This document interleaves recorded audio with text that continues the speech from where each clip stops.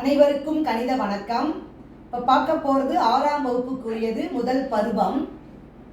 பயிற்சி 1இல் 3ல் சுருக்குக 7ல் 2வது கணக்கை இப்போ பார்க்க போகிறோம். இப்போ பாருங்க, 12 - 3 - 6 - 5 - 1 அப்படின்னு சொல்லி இந்த கணக்கு ஃபுல்லாகவே பார்த்தீங்கன்னா கழித்தல் குறியீடு தான் இருக்குது. இப்போ ஃபஸ்ட்டு நம்ம எதை பண்ண போகிறோம்னு பாருங்கள். 12 அப்படியே போட்டுக்கிறோம், மைனஸ் இந்த 3ஐயும் அப்படியே போட்டுக்கிறோம், மைனஸ் இந்த 6ஐயும் ஃபஸ்ட்டு அப்படியே போட்டுக்கிறோம், மைனஸ்.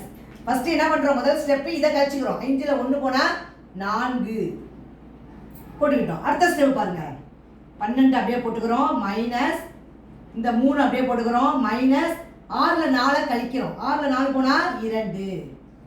அடுத்த ஸ்டெப் பாருங்க, 12 மைனஸ் 3ல் 2 போனால் எவ்வளோ 1.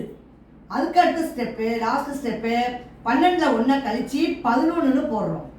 அப்போ இந்த கணக்குக்குரிய விடை வந்து 11. போர்ட் பஸ் விதியை பயன்படுத்தி இந்த கணக்கு நம்ம செஞ்சிருக்கிறோம். புரிஞ்சுங்களா?